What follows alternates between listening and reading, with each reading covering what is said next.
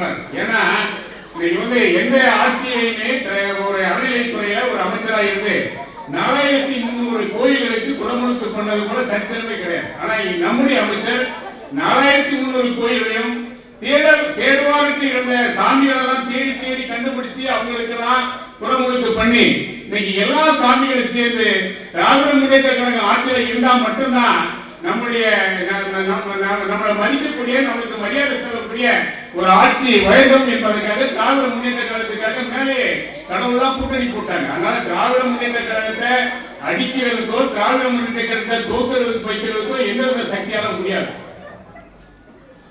அதனால அதே போல இங்க வருகை இருக்கக்கூடிய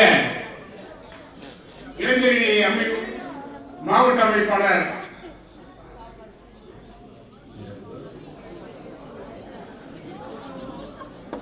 வானவில் விஜய் அவர்களே மற்றும் மாவட்ட கழக அமைப்பு தலைவர் அண்ணன் யாழப்பன் அவர்களே மற்றும் இங்கே வருகை தந்திருக்கிற இயக்கத்தின் மூத்த முன்னோடிகளே, உங்கள் அனைவரையும் வருகை என்று வரவேற்று அடுத்து நம்முடைய மக்கள் நீதி மையத்தினுடைய இளைஞரணி செயலாளர் கவிஞர் சேகன் அவர்கள் சிறப்புரை ஆற்றுவார்கள்.